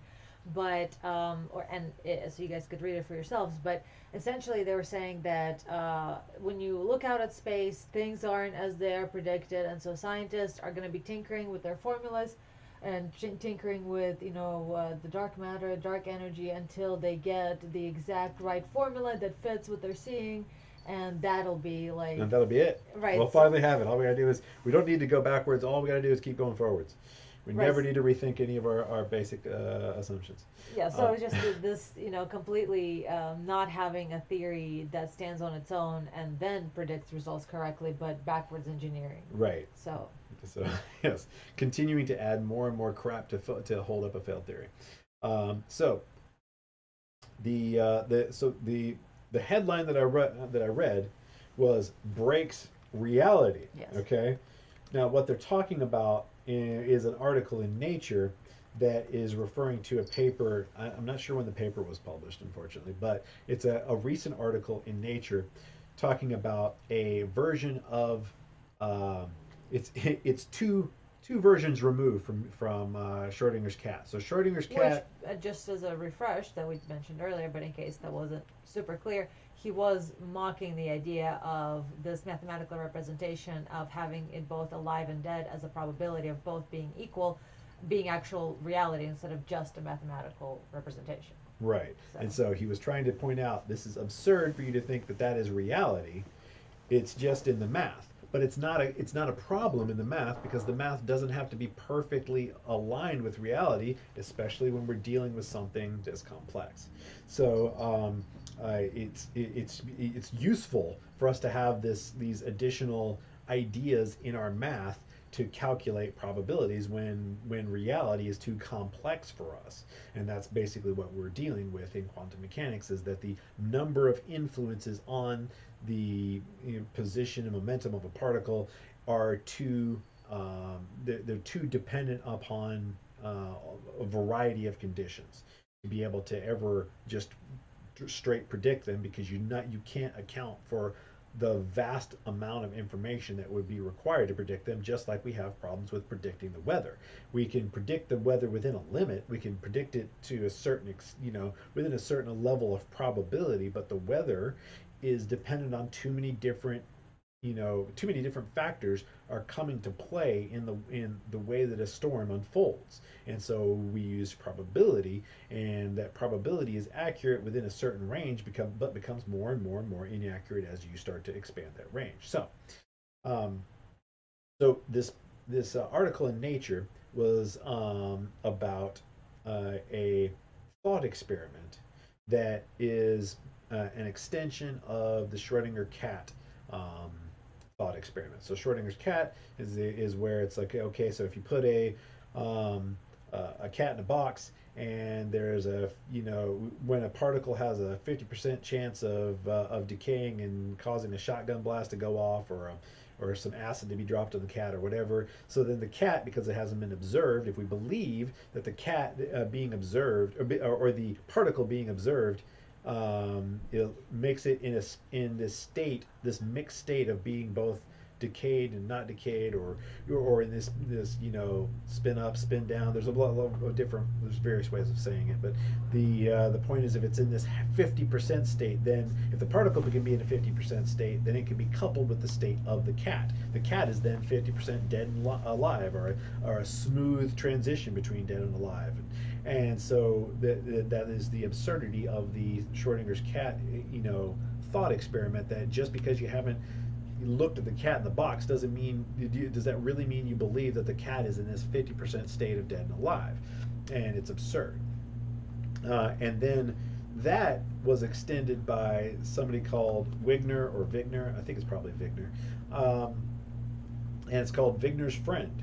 And in Wigner's Friend, he basically points out, it's like, okay, well, if that's not good enough, instead of having simply the cat in the box, let's have an experimenter in the box, and let's put the experimenter and his particle, and he's observing the particle, or he's observing the cat even. It's like, so let's have him observe the cat, and then put him in a box, and then if I haven't observed him, then how can he have observed the cat, and the cat, wouldn't he Right. then be? And so the whole point is like, okay, well, now that I've got him in the box, and And he's is that meant to be a satire pointing? I haven't the read around. flaws? It seems like it is, but I haven't. Right. I haven't I agree. read enough about it to be absolutely certain. But All right. I'm pretty damn certain. Yeah. So that's what Wigner's Friend was about. But then we continued forward historically and saying, well, that's just fine, because quantum mechanics can can deal with that, and we don't need to worry about it because all we got to do is represent it with this equation. And now with the now Wigner's friend in the box is he's in a superposition of states as well, and that's fine because, well, they're not necessarily in the same reality, or there's all these different ways you can kind of use the propositions of quantum mechanics to kind of get around it if you just believe. If you just believe hard enough. And so now there's yet another version that instead of simply just having Wigner's friend, Right. now we have two sets of Wigner and his friend in the box. Okay. And the people in the boxes are communicating they send specially prepared signals that have to do with flipping a coin and typical quantum mechanical experiments that have to do with spin up and spin down, and it's complex enough that they're able to show that quantum mechanics describing itself will come out with answers that they are certain about, which conflict. In other words, they are certain that this is true, and those certainties are completely in conflict with each other. So now that's why. Okay, so the article reads, Right. this breaks reality. It doesn't break reality. It does break interpretation of quantum mechanics. And so there's a difference, once again, which is it's so hard to get past people because for years there was a shut up and calculate idea of Right. physics I where remember that. we were told it's all about the math. All you got to think about is the math. Just do the math. The math is no, math is what computers do. Thinking is what humans do. And so you can I don't care how great you are at calculating, memorizing, and regurgitating. If your brain is that of just a dead computer, you are mentally handicapped. You have to be able to think like a human, which uses a computer. And that thing that we value in humans' ability that goes beyond just the ability to quickly calculate and memorize and regurgitate information is a type of intellect that is necessary for dealing with these problems. So on that note, I actually want to point out how in the same issue they're talking about right here, theoretical physics is pointless without experimental tests, an opinion piece, which is of course quite ironic because, or appropriate, I don't know, the fact that, for instance, who did hundreds of experiments over like thousands of experiments over like 30 years? Tens of thousands Dayton of Miller. Tens of thousands of experiments with different test subjects, at different locations with different devices, all of which he won a prize from the AAAS called the Newcomb Cleveland Prize for proving that there was an ether, and he was a renowned scientist. And that's something that is kind of swept under the rug, but it was directly what blocked Einstein's Nobel for special relativity. Right. So here we have essentially a resurrection of sort of that idea that theoretical physics is pointless without experimental tests, and I fully, wholeheartedly agree. And then, of course, here, which is what made me think of pulling this up, is what you're saying, where just being a calculator isn't useful, especially when it relates to physics and the fact that it has an impact on philosophy and vice versa. And so here we have physics needs philosophy and philosophy needs physics, and I just think that's excellent. Yeah, kind of an interesting way of tying that together. And of course, we can read all these articles. Yeah. Yeah. Okay, so and we can go over some of them specifically with patrons that seem the most interesting. yeah. So going back to this basically double Wigner's friend thought experiment. The thing is, they went to so much trouble in this paper that they showed exactly how it impacts each one of the different interpretations of quantum mechanics, and how each one of them is inconsistent with certain presumptions that we have and use regularly in quantum mechanics. And then they went to as far as to show that they could create an experimental setup which would mimic this thought experiment, and so that is something that has yet to be done. But what they can do is then look at the results at any given moment, and what they're going to find is I'll tell you what they're going to find. They're going to find that any idea that is magical doesn't work. They're going to find that they're going to have to go to what lots of people have been going to. And the funny thing is, fluid versions of space time have been around for a very long period of time. All of these, when I talk about ether physics, people think that that's something that was disproven, over 100 years ago, and it's not even remotely similar to that. It is still present in a wide variety of different physics concepts. I mean, even Einstein was talking about how Kelvin's ideas with how he developed fluids and topology were some of the greatest advancements of physics when he was speaking on Kelvin's birthday. And all of these things, they're still present, and it's just what's screwing us up a lot is our interpretations, what they mean, and it's our interpretations that will decide the way we spend our money, the direction that we look, and the way that we attempt to extend our theories. And it is, when we look out and we say, okay, there's all of this, this dark matter, instead of believing that we just have to find this dark matter, what if instead of just trying to find this dark matter, we need to find that thing that is causing the same effect everywhere that is difficult to find. In other words, we're looking for dark matter. We think it's hard to find. It's this stuff that's really hard to. But it's subtle, right? subtle and nearly undetectable and basically irrational. Yet we got rid of ether. Why did we get rid of ether again? Because Einstein said so, but then he took it back.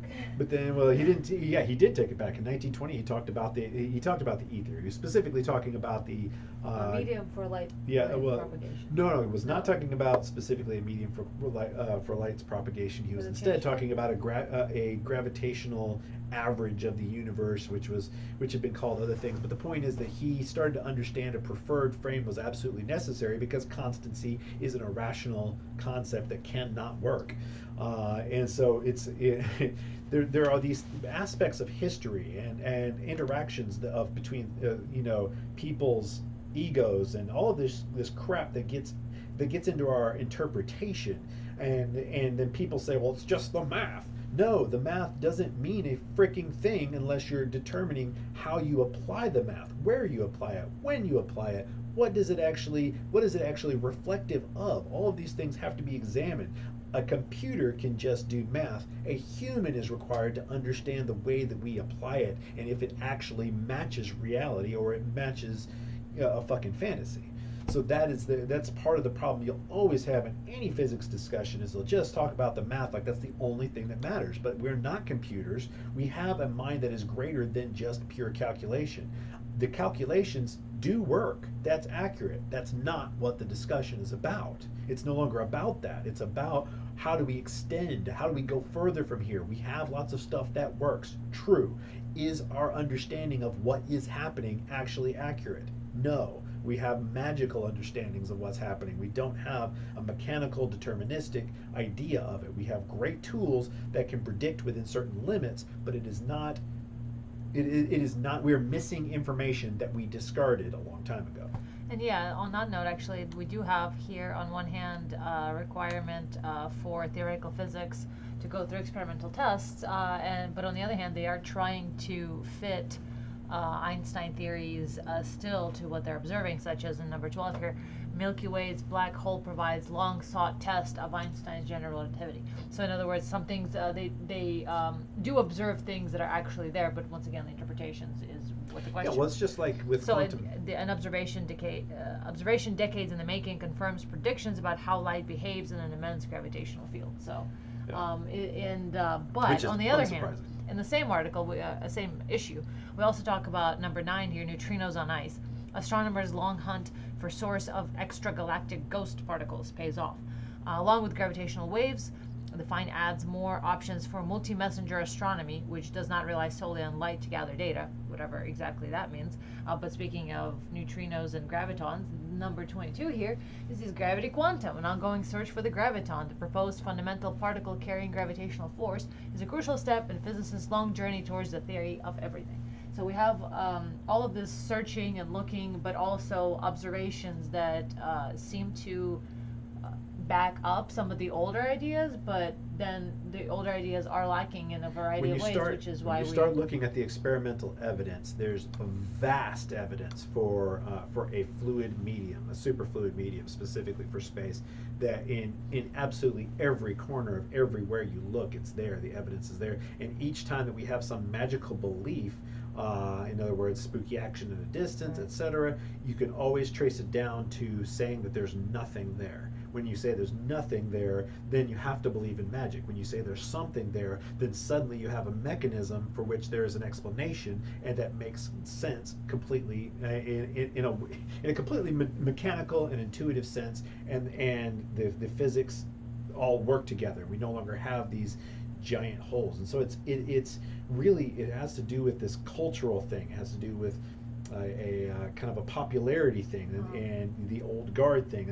And this has come up over and over and over in science, where we you kind of have to put a stake in the ground with your set of beliefs and explore around it, and that's a necessity in science. Just like we were talking about earlier, you can't just go and check to make sure that the stove works every time you want to cook a Right. meal.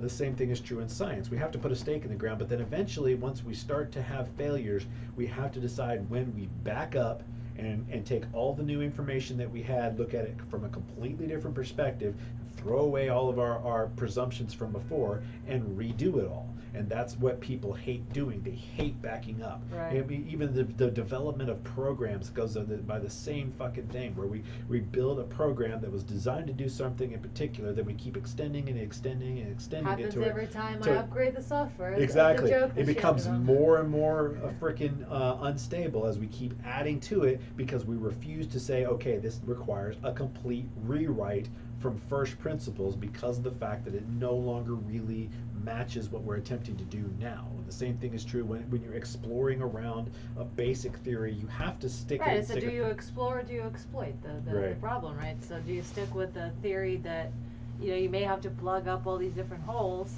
but redoing everything seems Right, so so daunting. it is a huge daunting task. There's so many different things that have to be explored. But the thing about it is, there are lots of tools that we've been using that are still available and have continued to advance. Like specifically, there's something called micropolar elasticity from the what are the not Cartan. What was the Kosarat brothers, and this is used in material science, but it was originally developed. Sorry, I'm just beating on things.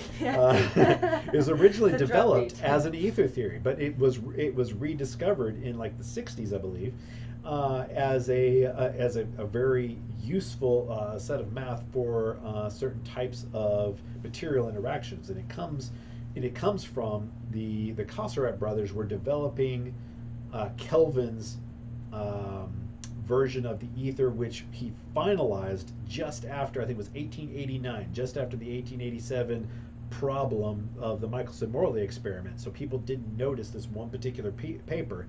The Kosarat brothers did, and what in that you can actually extend back further to a fellow named McCullough, and he actually he created a type of elasticity that saved Maxwell's equations through Kelvin's developments. What do you mean And so, saved?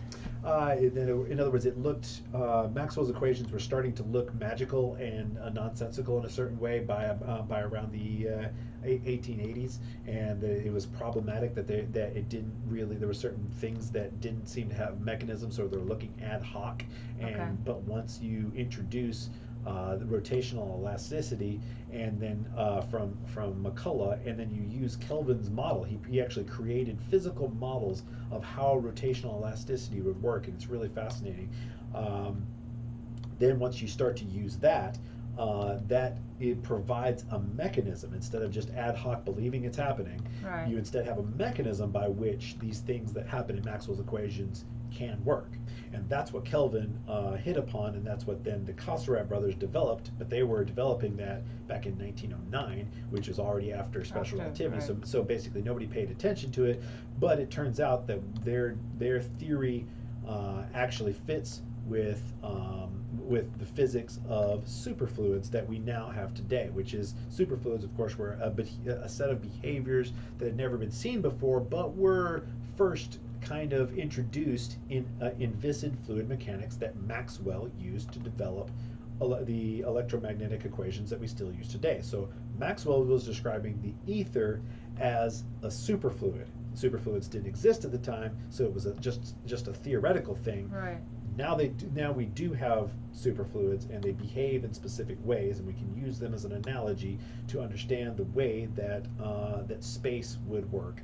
And all of these things are completely tied together, kind of in the underbrush. You have to look in the underside of physics and where all the tools went, what they were developed for, how did we get the tools initially, and what they're being used for today. And there is a very clear set of connections that show that these tools are starting to converge, and there are a variety of people. As a matter of fact, you go to like neo-classicalphysics.info, I think, it's something like that. There's a fellow there who I've talked to. That the funny thing is, he used the term neoclassical physics completely independent of me, and to represent exactly the same thing, and that is the use of fluid dynamics and or in this case micropolar elasticity, or various different ways of treating space-time in a way that is that's based on fluid mechanics, is the best way I could put it. Fluid mechanics to fluid dynamics. So it's there it is. Neo-classical-physics.info. Ah, okay. So and he's actually, it turns out that he is the only guy who interpreted the Kasserat brothers book into English. But anyway, so there are all these people who are developing things under the surface. Like for instance, at Cambridge, you have Ross Anderson and Robert Brady, who are who developed an idea of particles based on de Broglie's initial formulations of how waves interact with each other to create rotations in a fluid. Now, the idea, of course, is the idea of rotations in the fluid, creating, or more specifically, I think they have something that's like solitons. But I'm getting to I'm getting into too many different technical topics now. I should just say that basically there are guys at MIT that are working on the physics from a fluid perspective. There are people at Cambridge who are working on the physics from a fluid mechanical perspective. And all of these people are held back by the orthodoxy in physics, which is just a set of opinions. That's all it is. It has nothing to do with the experimental results. The math is still ends up describing the same things. So what we have is physics being held back by opinion instead of being held back by verifiable facts. That's all there is to it. And then specifically, like one of the best examples of this is the difference between Lorentz's ether theory when you use Poincaré's electromagnetism and Einstein's. We prefer Einstein and Minkowski over Lorentz and Poincaré, Right. even though that they are mathematically indistinguishable. We prefer one over the other based on no experiments. There are no experiments that actually cause them to be differentiated. There is a type of experiment that would differentiate them called a one-way speed of light test. Man, you can look that up if you like, but that has never been successfully accomplished because there is a problem in interpretation, and that is if you believe that there is an ether or that there is a requirement specifically that that waves have a medium or any of those things, then relativity has already been, or specifically, you would definitely prefer Lorentz ether theory because it would fit. But then, if you believe in the relativity of simultaneity and all the extra dimensions and all of that sort of stuff, then any proof, in other words, you can create physical proof via experiment, which you can then reinterpret that proof as, oh, well, that's just because there's different realities. And so any experimental proof that would falsify relativity and make you prefer, That's what it sounds like. you can just explain it away with more opinion stuff. And so that's why they say a one-way speed of light test has never been successfully done, whereas of course it has in a million different ways. The Senye, I think it's Senyak, effect itself is a one-way speed of light test. And it's been proven in a variety of ways to show that light speed is anisotropic. So wait a minute. We were earlier talking about the Doppler effect and redshifting. How is that explained? There is no explanation for it. In relativity, there is no mechanism. Okay, it's just, oh well, it's because you cut across the realities in a certain way, and via the fourth dimension, and then it's going to be going at a different speed, and there's it's basically a bunch of hand wavy bullshit. Because people don't understand okay, well, let's talk about the Doppler time effect. Constancy. Yes, let's, because time constancy. The idea, I know it sounds one way, but it means that time is actually not constant in the sense that if you're going light's constancy is what you're right, light constant. Yeah, if you're going the speed of light, or almost the speed of light, it'll be passing you by the speed of light, and no matter how fast you're going, no matter how fast or slow you are, light moves according to you. The universe is all according to you. Everything's relative to you. That seems to be a common to theme me. in all To me, this not all of you imaginary people. No, it's there is a reason why that article that talks about philosophy informs science and science informs philosophy. Well, you know what? If you track things back to I call 1905 the end of the age of reason, because that is the point at which we stopped requiring reasons for things such as waves. That is the point at which, and that's the point at which our philosophy started to deviate as well because of these scientific findings. And things Yes, like that? exactly. So okay, so what were we talking about? We're talking about Doppler effect. So with the Doppler effect, it's really easy to understand. Because if light is traveling infinitely fast, then how can there be? Well, it's both infinitely fast and not infinitely fast. In its own frame, it's infinite. In our frame, it's exactly the speed of light, no matter how we're moving. Then, of course, this requires additional realities, the fourth dimension, etc.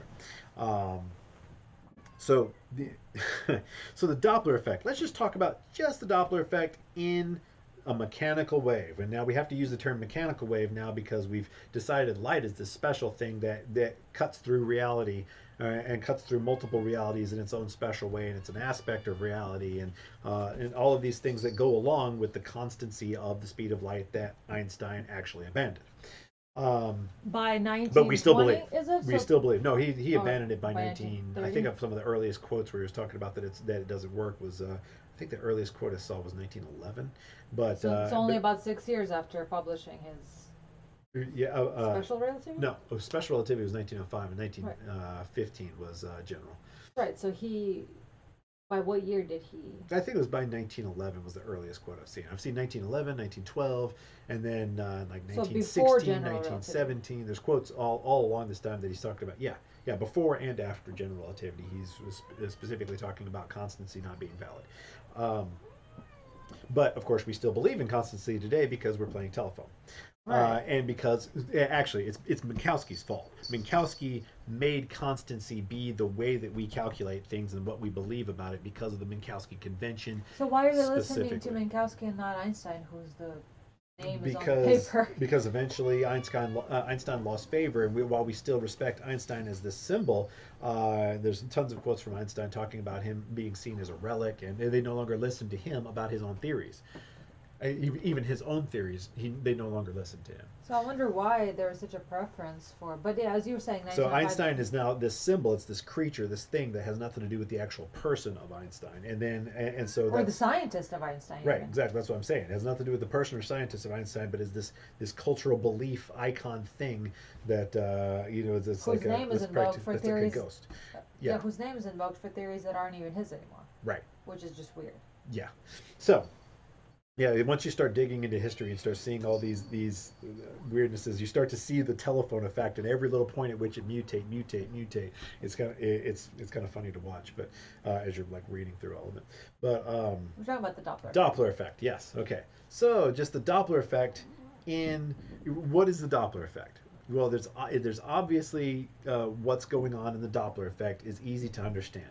So as something impacts, like let's just say in the air, and of We're course talking it about happens in the, waves, sound right. waves in the air. Yeah. Right. So when something impacts the air, it pushes it, and then what happens is that because the things, the particles are all squished together closer. There's now that's basically what is a wave. There are things that are squished together, and then because they are repulsive of each other, that they then attempt to move to the area of least resistance, which happens to be not towards the thing that's squishing them, but away from the thing that's squishing Forward, them. essentially. And so that wave of compression then moves forward because they don't react instantaneously. There's a slight delay, and so that means that as this area of compression starts to go into the next area, it doesn't instantly move that overly compressed area. It has to instead Because it has only a certain speed it can wave at. right. And so what based ends on up the happening force, yeah. is it goes back and forth between over compressing and then under compressing as it attempts to correct because there is a lag in the time, and it goes back and forth until it reaches equilibrium again. So basically, what waves are is an attempt for a substance to restore equilibrium after it has been disturbed. That's why things travel in waves, is because there is a time lag in restoring equilibrium. And because there are forces against each other. So whenever we look at a wave that's being like it's my voice or I'm banging a pot, whatever, then what happens is it impacts the air and it moves the air. Well, if if I'm moving away from the air as I bang on that pot, then what's going to happen? Let's think of it instead of as waves, which are kind of continuous, let's think of it as just like pulses.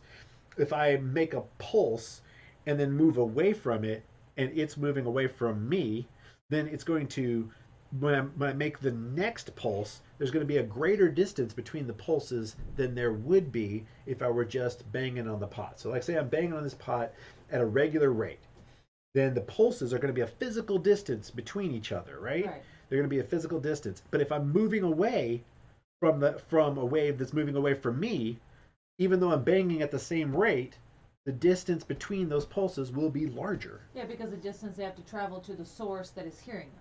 Right. So what occurs? I think that's integral too. Is that you have receptacle right. of sound and then the maker of sound. Right. And so the Doppler effect. And so in the opposite direction, if I'm banging on that pot and I'm running towards the thing that wave I just created, waves will be higher, the wave can't escape. It can't escape very quickly before I make the next bang into it, and so there will be a shorter distance between this bang and the next, right? Right. So that's why there is a Doppler effect, is because basically as you're impacting the air, the wave can't escape or escapes too quickly from your perturbation of the material. And because of how sound waves work, that changes the frequency of the sound, and so you get right. the Doppler effect, which is whenever any car passes by you, it sounds high-pitched first approaching you and then low-pitched as it passes you. Exactly. AKA the Doppler effect. Right. So the Doppler effect has very natural, obvious, mechanical way of working that, of course, cannot work because you can't talk about running away from or going towards a light if light is always traveling according to you. Right. So therefore that wipes out any mechanism for it. So instead you have to rely upon the idea that somehow you've shifted realities. We observe Doppler effect with light though. Of course. So and it works in exactly the same way. Exactly the same way. So what gives?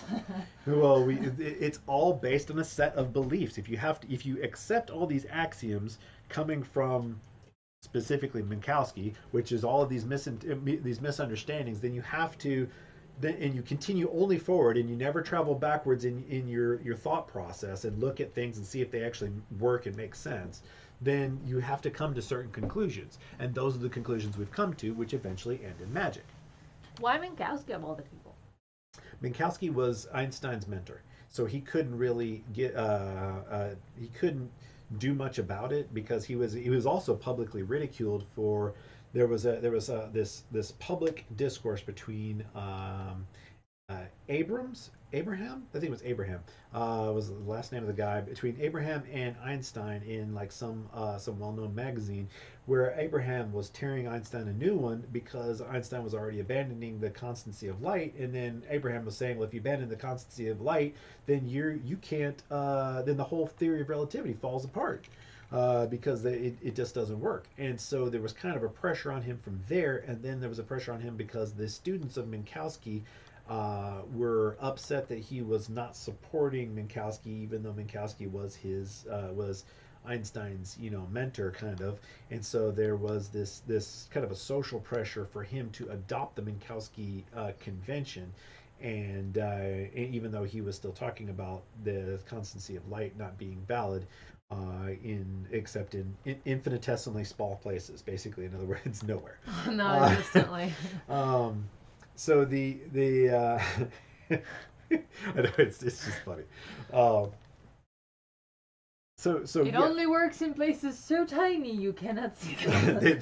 So tiny they do not exist. Yeah.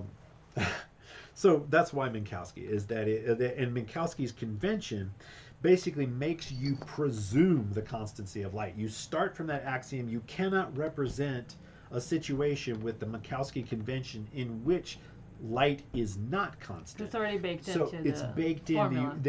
you have to have multiple realities to cut across for the Minkowski convention. Once you start to draw a Minkowski diagram, for instance, the multiple realities are being cut across already because of the way the Minkowski convention works. So therefore, it codifies and requires constancy as a reality. And so therefore, you have to be able to have this. That's why you have to have the fourth dimension representing multiple realities that can conflict with each other for the Minkowski convention to work.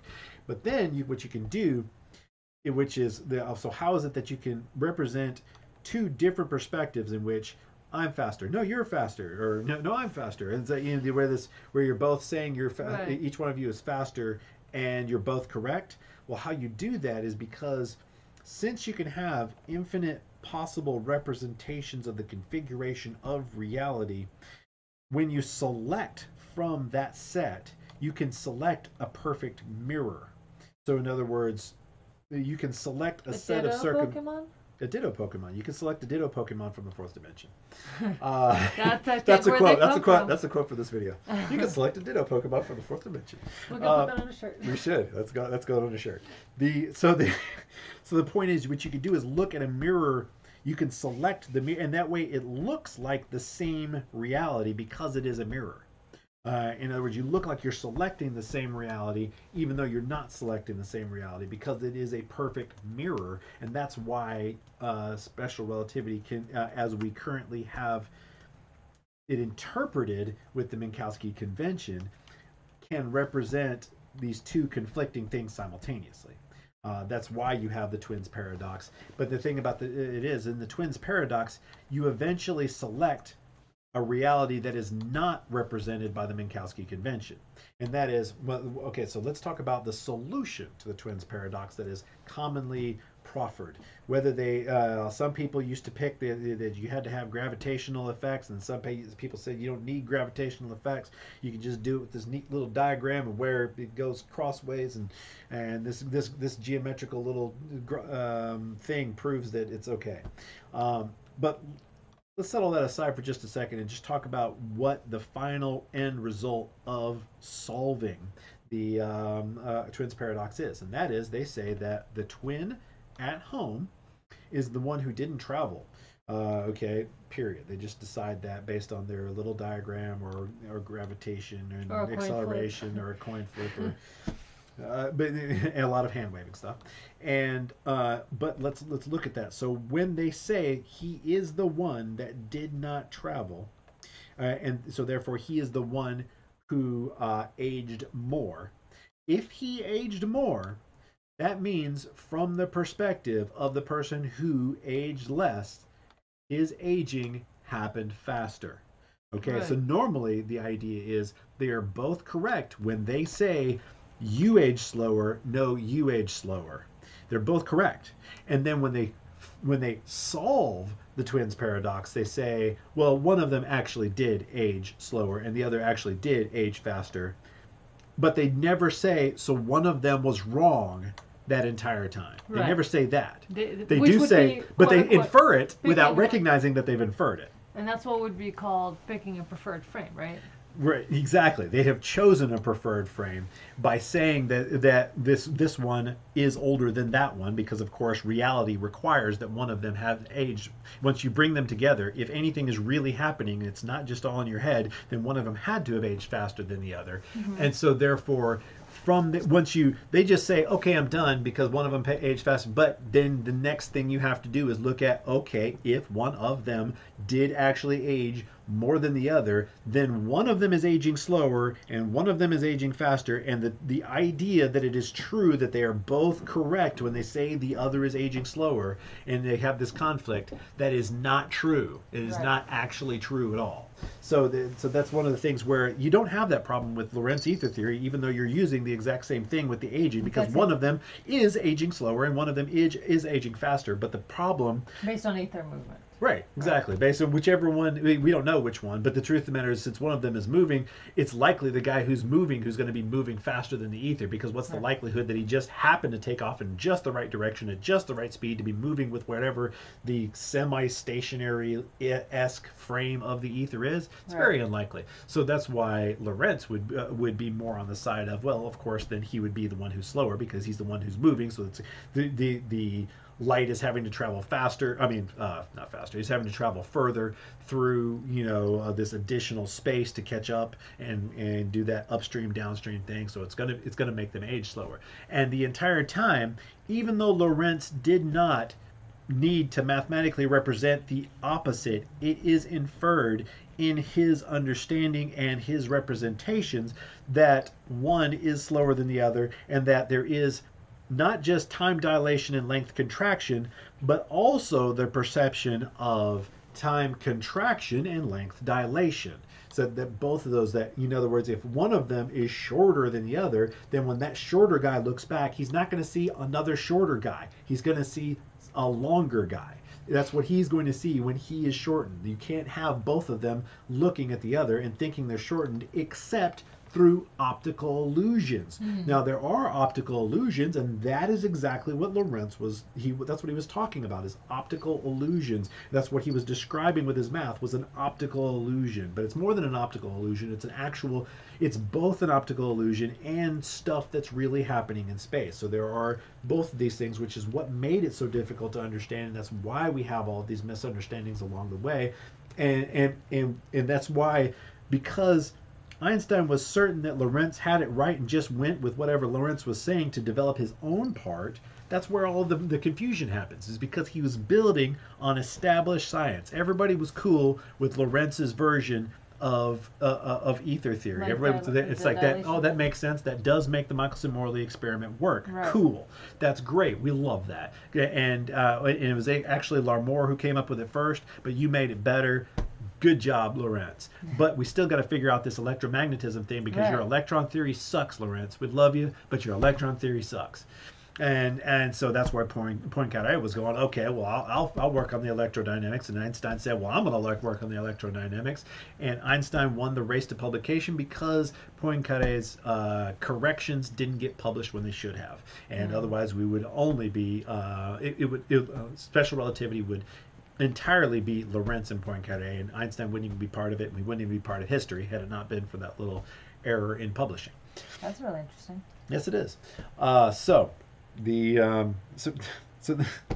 I really don't know where to go from here. So let's continue. That's perfectly up in our 2-hour mark. So talking about space and physics that are in it, we're gonna go to our patron-only show now and talk about deep within Mars, how they found water, and that SETI scientists spotted 72 signals from alien galaxies that are 3 billion light years away, and all other space news. Well, mainly just those two. We'll go into detail on that. So if you'd like to become a patron, visit patreon.com/AnnaCherry, and Challenger mode is probably the best thing you want to do to get in on these after shows and reap awesome rewards. So appreciate it, everyone, for sticking out with us, Sticking it out. with us, sticking it out. I don't know. All the way to the end. Yes, That's how we like to do things. exactly. Yeah. Appreciate you taking the ride and maybe learning some new things, and for supporting the podcast just by listening. And of course, in the low bar, we have a link to our previous last month's episode that is sort of segued into this one through the physics side of things. And check that out. Give that a listen. It is available for everyone publicly on Patreon. Click that CherrySTEM tag, hashtag pound whatever, and keep up with that to follow the Patreon. You don't have to support it to reap the benefits of this podcast. And definitely subscribe to the channel. We do these every first Sunday of every month, unless something comes up, in which case we will do it some other Sunday of that month, but you get one a month every time. And thank you for helping us with our CherrySTEM number 28, Katie. Quantum physics, string theory, and multiverses and space. So let's go talk about space with our patrons now, and we will see you guys next month. Thanks again, and I'd like to thank my awesome co-host, Richard Rall. And I'd like to thank Kitty. Yes, Thank you, Katie. Galileo. Thank you, Katie, for meowing and providing ambient sounds. You're always such a great supporter in this stuff. As I start going along, you help me when I lose my place, man. You were always a pleasure. Oh, thank you. So we're gonna go snuggle now, and I will see you patrons in the after show. And thank you everyone for listening.